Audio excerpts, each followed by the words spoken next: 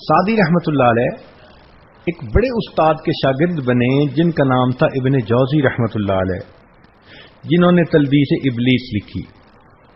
تو فرماتے ہیں کہ میں شافعی مذہب پہ تھا اور استاد مجھے اس کے مطابق تعلیم دے رہا تھا. ایک دن استاد نے مجھے پڑھایا کہ روزے میں مسواک نہیں کرنی چاہیے. امام اعظم ابو حنیفہ رحمۃ اللہ علیہ کے نزدیک روزے میں مسواک کا کرنا جائز ہے، مگر امام شافعی رحمۃ اللہ علیہ اس میں بہت احتیاط برتتے ہیں. وہ فرماتے ہیں کہ نہیں، جب اللہ کو روزے دار کی مہک ہی اچھی لگتی ہے تو مسواک کیا کرنی. بہرحال ان کا اپنا نقطہ نظر. کہنے لگے کہ میں نے جب یہ پڑھا تو میں نے گھر آ کر اپنے والد کو کہا کہ ابو، روزے میں مسواک نہیں کرنی ہوتی.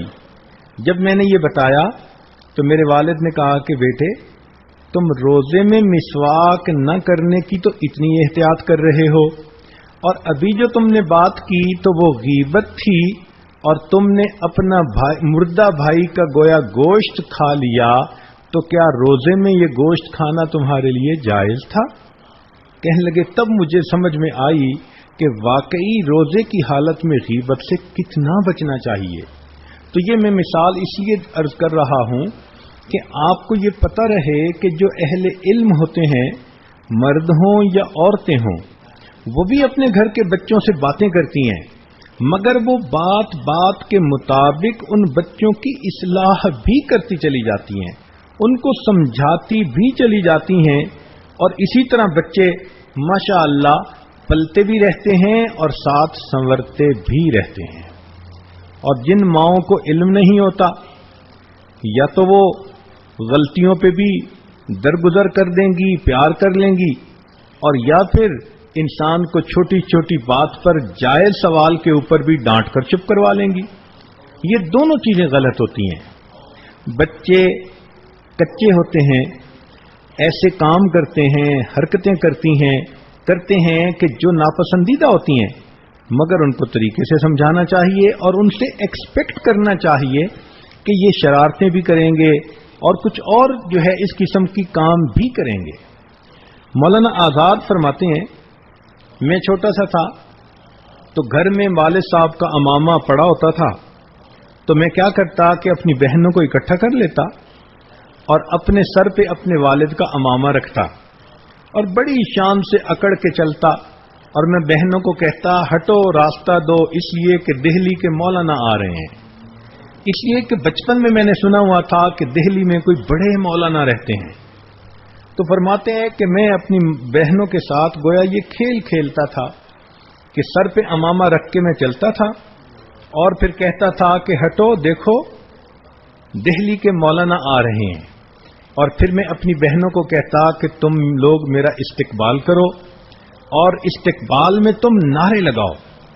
اب بہنیں کہتی کہ ہم کیوں نعرے لگائیں؟ اس لیے کہ مولانا جو آ رہے ہیں. تو وہ کہتی کہ نہیں، مولانا کو استقبال کے لیے تو ہزاروں لوگ ہوتے ہیں، ہم تو 2-3 ہیں. تو کہتے کہ نہیں، تم یوں ہی سمجھ لو کہ تم ہزاروں ہو اور میرا استقبال کر رہے ہو، لہذا تم نعرے لگاؤ. اب چھوٹا سا بچہ دیکھو اپنی بہنوں کے ساتھ کس طرح یہ بات کھیل رہا ہے. ان کی ایک بڑی بہن تھی، ایک مرتبہ اس نے بچپن میں ان کو کوئی کام کہا، انہوں نے نہ کیا، ضد کر گئے. تو بڑی بہن خفا ہوئی اور اس نے اپنے والد کو کہا کہ ابو یہ ہمارے بچے تو بالکل سڑے ہوئے انڈوں کی طرح ہیں. تو کہنے لگے کہ جب میں نے سنا نا کہ بہن نے کہا کہ یہ تو سڑے ہوئے انڈوں کی طرح ہے، تو میں نے اسی وقت اپنے منہ سے چوں چوں کی آواز نکالنی شروع کر دی اور کہا کہ دیکھو اگر انڈے سڑے ہوئے ہوتے تو اس میں سے یہ مرغی کے بچے کیسے نکلتے. اب چھوٹا بچہ ہے، دیکھو وہ اپنی بہن کی بات پہ کس طرح ری ایکٹ کر رہا ہے. تو بچے کھیلتے بھی ہیں تو پھر اپنے گھر کے ماحول کے مطابق ہی باتیں کھیلتے ہیں، یا اپنے بڑوں کو جو کرتے دیکھتے ہیں پھر وہی ان کا کھیل بن جاتا ہے. مولانا طلحہ دامت برکاتہم خود ایک مطلبہ فرمانے لگے کہ میں چھوٹا سا تھا، گلی میں بیٹھا ہوا اور میں ایک بچے کو بیعت کر رہا تھا، اس لیے کہ میں نے اپنے والد کو بیعت کرتے دیکھا تھا. اب میں چھوٹا جو ہے وہ بچے کو بیٹھ کے کلمات پڑھا رہا تھا، اس کے ہاتھ اپنے ہاتھ میں لیے ہوئے تھے۔ اللہ کی شان کہ ادھر سے حضرت مدنی رحمت اللہ علیہ تشریف لے آئے۔ انہوں نے مجھے آ کر دیکھا تو چونکہ شفقت بہت تھی، شیخ الحدیث رحمت اللہ علیہ کے ساتھ بہت زیادہ گہرا تعلق تھا، اور مجھے دیکھا تو وہ مجھے کہنے لگے کہ صاحبزادے صاحب ہمیں بھی بیعت کر لو۔ کہنے لگے کہ میں نے کہا کہ آئیں بیٹھ جائیں، تو مجھے کیا پتا تھا کہ یہ بڑے میاں کون ہے، تو میں نے کہا کہ حضرت مدنی رحمت اللہ کے ہاتھ اپنے ہاتھ میں پکڑے اور میں نے کچھ کلمات پڑھ کے کہا اچھا میں نے آپ کو بھی بیعت کر لیا۔ تو اب دیکھیے بچہ ہے لیکن وہ حضرت مدنی رحمت اللہ علیہ کو بیعت کر رہا ہے۔ بچے اسی طرح کے کام کرتے ہیں تو ان سے ایسی باتیں ایکسپیکٹ کر لینی چاہیے۔ ہاں کئی مرتبہ وہ ایسے ریئیکٹ کرتے ہیں کہ بندے کو بات سمجھ نہیں آتی، اس لیے کہ کبھی وہ سہم جاتے ہیں، کبھی وہ خوف زدہ ہو جاتے ہیں، کبھی وہ ہمت کر جاتے ہیں۔ چنانچہ مولانا عبد الماجد دریا آبادی رحمت اللہ علیہ اپنے بارے میں بتایا کرتے تھے کہ جب میں تھوڑا سا بڑا ہوا تو میرے گھر میں قرآن مجید شروع کرنے کی تقریب ہوئی۔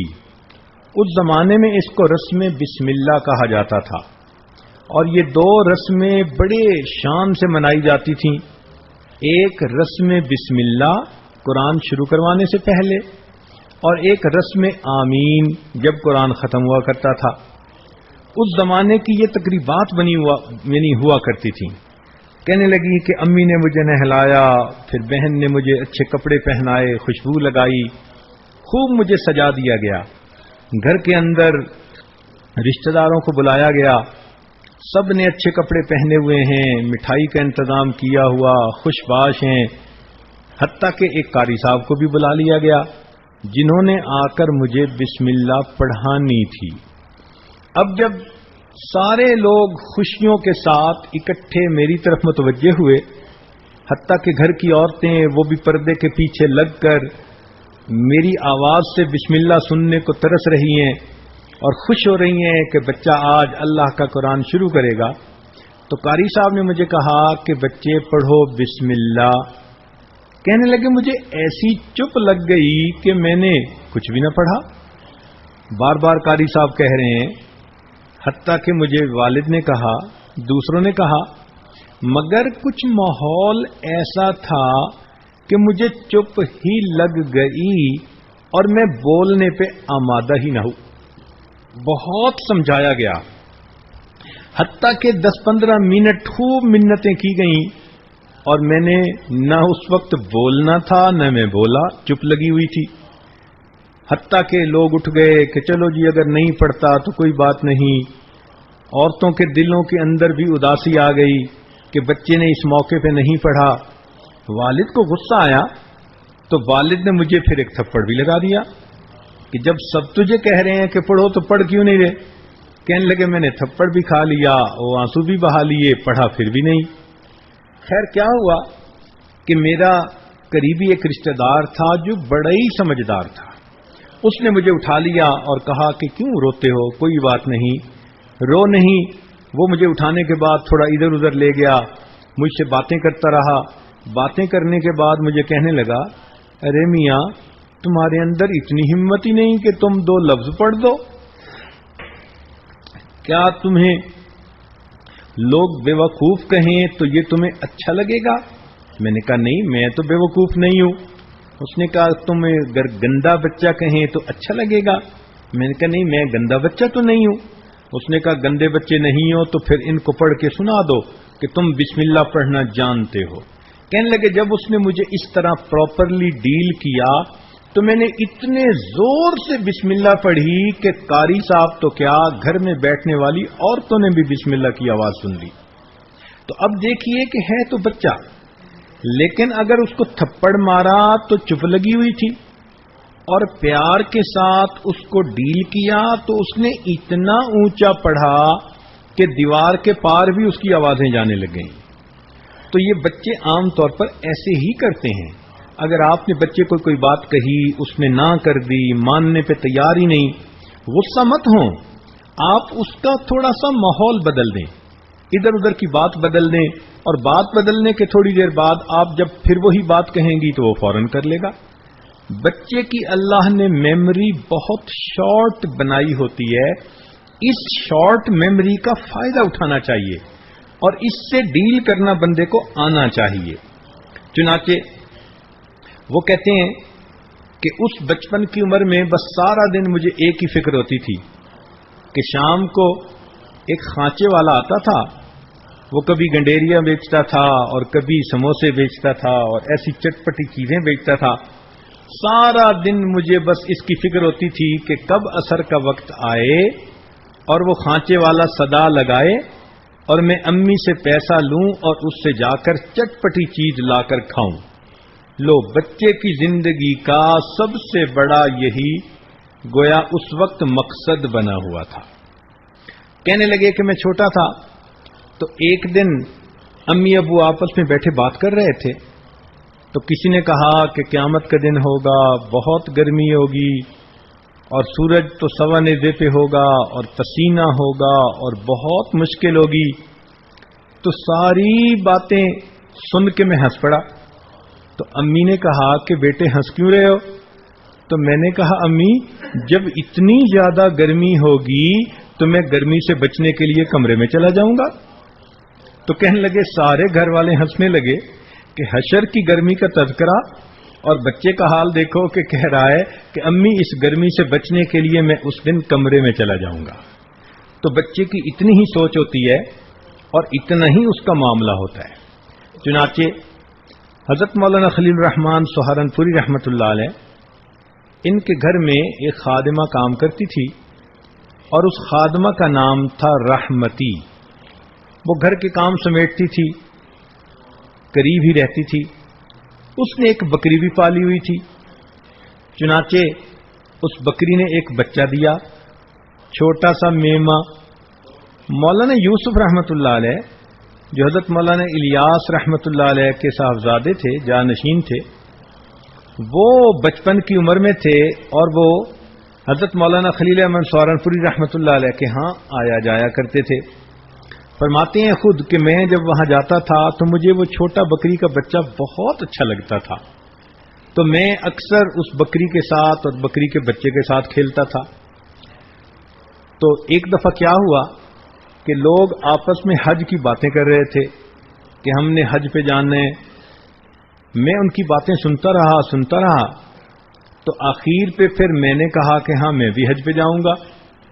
تو کسی نے پوچھ لیا کہ کیسے حج پہ جاؤ گے؟ تو کہنے لگا کہ میں نے کہا کہ رحمتی کی بکری کا جو چھوٹا بچہ ہے نا، میں اس کی پیٹھ پہ سوار ہو کر حج کے لیے جاؤں گا۔ اب دیکھو، چھوٹا سا بچہ بچپن کی عمر میں یہ جواب دے رہا ہے کہ میں بکری کے بچے کی پیٹھ پر بیٹھ کر حج کروں گا۔ کہنے لگے یہ بات ایسی مشہور ہوئی کہ پھر مولانا خلیل الرحمان سہارنپوری رحمۃ اللہ علیہ جب بھی کبھی مجھے ملتے تو بچپن میں مجھے دیکھ کر کہتے کہ ہاں سناؤ بچے، تم حج پہ کیسے جاؤ گے؟ اور میں آگے سے کہہ دیتا کہ بکری کے بچے کی پیٹھ پہ بیٹھ کے حج کروں گا، تو حضرت مسکرایا کرتے تھے اور ہنسا کرتے تھے۔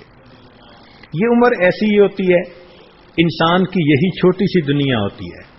حضرت مفتی محمد شفیع رحمۃ اللہ علیہ فرماتے ہیں کہ میری پیدائش دیوبند میں ہوئی، والدین وہیں رہتے تھے اور وہیں پر میرے لڑکپن کی عمر گزری، پڑھنے کی ابتدا بھی وہیں سے ہوئی۔ فرماتے ہیں کہ میں اپنے ایک کزن عاقل کے ساتھ کھیل رہا تھا اور ہم آپس میں سرکنڈے کھیل رہے تھے، یعنی چند چھوٹے سے ٹکڑے تھے سرکنڈے کے، ایک دوسرے کے ساتھ کھیلنا، یوں رکھو یوں پھینکو، تم جیت جاؤ گے یہ ہار جائے گا۔ کہنے لگے سرکنڈوں کا کھیل میں اپنے کزن کے ساتھ کھیل رہا تھا کہ اس نے سارے ہی سرکنڈے مجھ سے جیت لیے۔ فرماتے ہیں میں اتنا ڈپریس ہوا کہ اتنا میرا نقصان ہو گیا۔ اب سوچو کہ بچے کی دنیا کیا ہے کہ سرکنڈے اس سے اگر کسی نے جیت لیے تو گویا اس پر پہاڑ ٹوٹ پڑا۔ وہ سمجھتا ہے کہ دنیا کا اتنا بڑا خزانہ اس کے ہاتھ سے کسی نے لوٹ لیا۔ بعد میں فرمایا کرتے تھے کہ جب کبھی اب میں سوچتا ہوں کہ پوری دنیا کی میرے سامنے کیا حقیقت ہے، مگر بچپن میں میرا کیا حال تھا کہ سرکنڈوں کے چلے جانے پر